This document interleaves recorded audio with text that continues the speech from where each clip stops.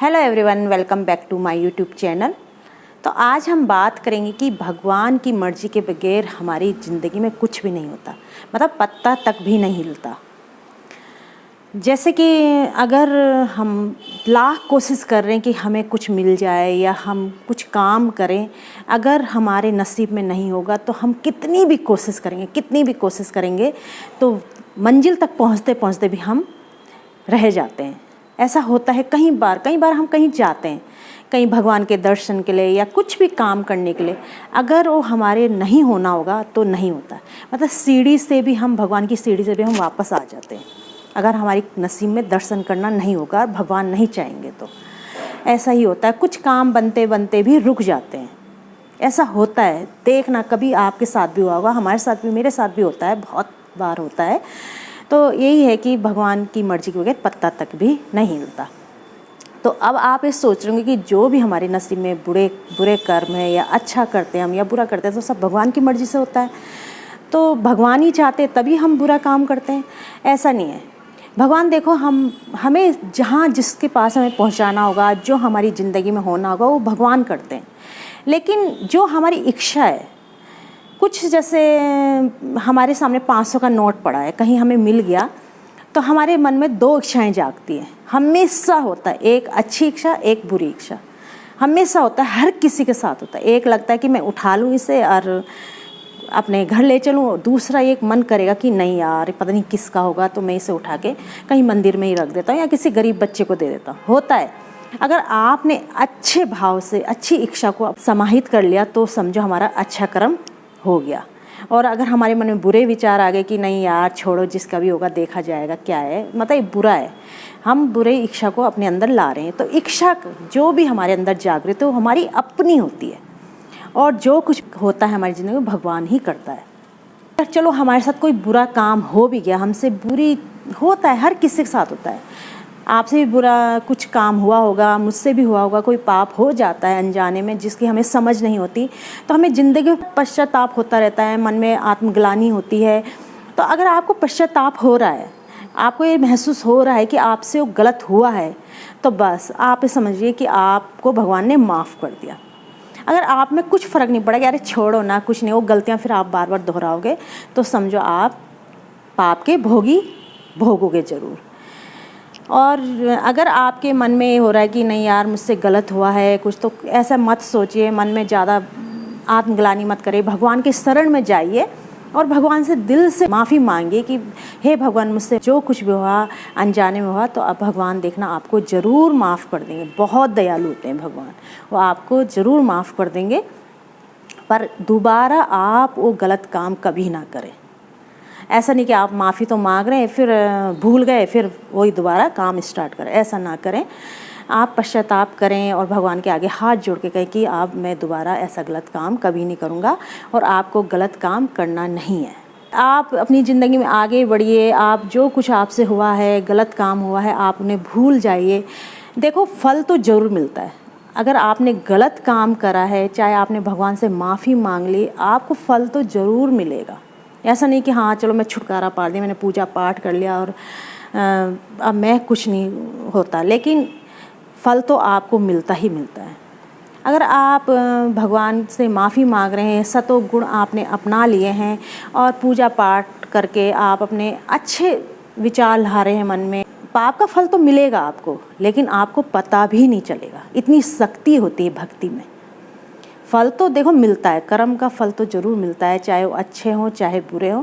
अगर आप बुरे काम करके आप भगवान की शरण में आ चुके हो, पश्चाताप हो रहा है आपको, तो आपको जो फल मिलेगा वो आपको पता भी नहीं चलेगा। लेकिन अगर आप वही पाप कर रहे हो, फिर दोबारा वही पाप करेंगे, छोड़ो ना, जो होगा देखा जाएगा, तो आपको बहुत बुरा परिणाम इसका भोगना पड़ सकता है।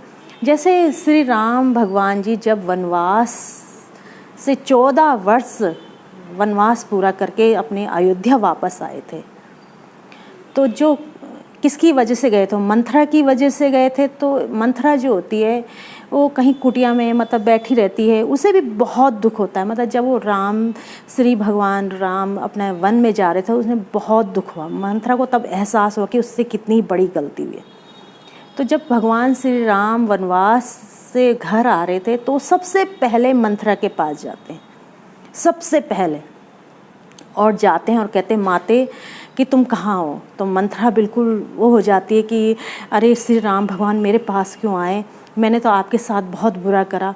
उन्होंने कहा नहीं, ये सब कुछ जो होता है भगवान के बगैर एक पत्ता भी नहीं हिलता, और ये जो सब कुछ हुआ है एक होना था, ये होना ही था, जो मेरे भाग में लिखा है होना ही था। अरे आपको माध्यम बनाया गया है, किसी ना किसी माध्यम की वजह से हमारी जो भी हमारी ज़िंदगी में होता है वो कोई ना कोई माध्यम बन के आता है, तब हमारी लाइफ में कुछ होता है। तो ये सब कुछ एक रचित होता है। तो कहते हैं मंत्रा से आप बिल्कुल भी अपने आप को दोष मत दीजिए, ये केवल आप एक माध्यम बनी है जिसके कारण मुझे वनवास जाना पड़ा। दूसरा जाते हैं माता कैकेयी के पास जाते हैं।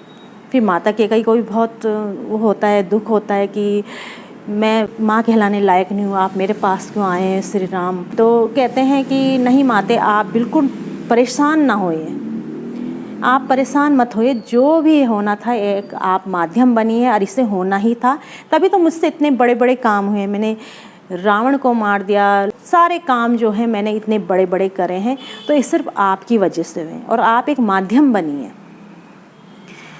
तो जो कैकेयी और मंथरा थी बहुत परेशान थी जब वो श्री राम जी को वनवास भेजती, उसके बाद उन्हें बहुत पश्चाताप हुआ, बहुत ज़्यादा पश्चाताप हुआ, इतना पश्चाताप हुआ कि वो कहते थे कि बस किसी तरह हमें श्री राम भगवान हमें माफ़ तो नहीं करेंगे, लेकिन उन्हें अंदर अंदर वो चीज़ें खाई जा रही थी।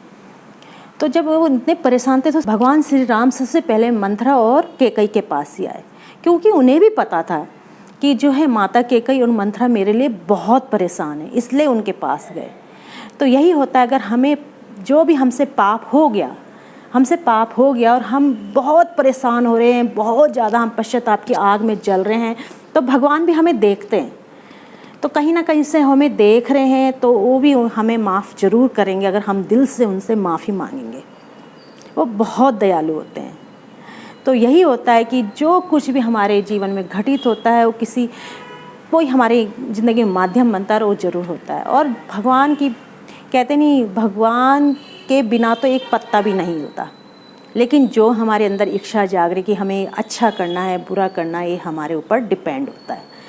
जैसे जब श्री कृष्ण अर्जुन को उपदेश दे रहे थे, भगवान श्री कृष्ण महाभारत की लड़ाई में, तो वो चाहते थे, भगवान श्री कृष्ण चाहते थे कि सत्य की जीत हो।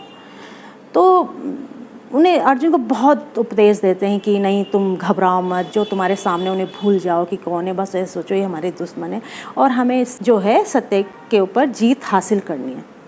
लेकिन अर्जुन बहुत दुखी थे। जब श्री कृष्ण भगवान श्री कृष्ण ने उन्हें सब कुछ बता दिया, सब कुछ उपदेश दे दिया, तो उसके बाद उन्होंने अर्जुन के ऊपर छोड़ दिया कि अब तुम्हारी इच्छा है, तुम लड़ो मत लड़ो, मैंने तुम्हें सब बता दिया, सब सिखा दिया, अब तुम्हारी अपनी इच्छा है, तुम क्या चाहते हो। तो यही होता है, हमें भगवान रास्ता दिखाते हैं, हमें अच्छा भला बुरा सब सिखाते हैं, सब समझाते हैं, हमारे जीवन में भरते हैं, हमें अच्छे लोगों से ही मिलाते हैं, बुरे लोगों से ही मिलाते हैं, लेकिन वो इच्छा हमारे ऊपर है कि हमें क्या करना है। बस यही है। इसी वीडियो के साथ अब मैं अपने ब्लॉग का यहीं एंड करती हूँ, फिर मिलती हूँ आपसे नेक्स्ट ब्लॉग पे, तब तक के लिए बाय।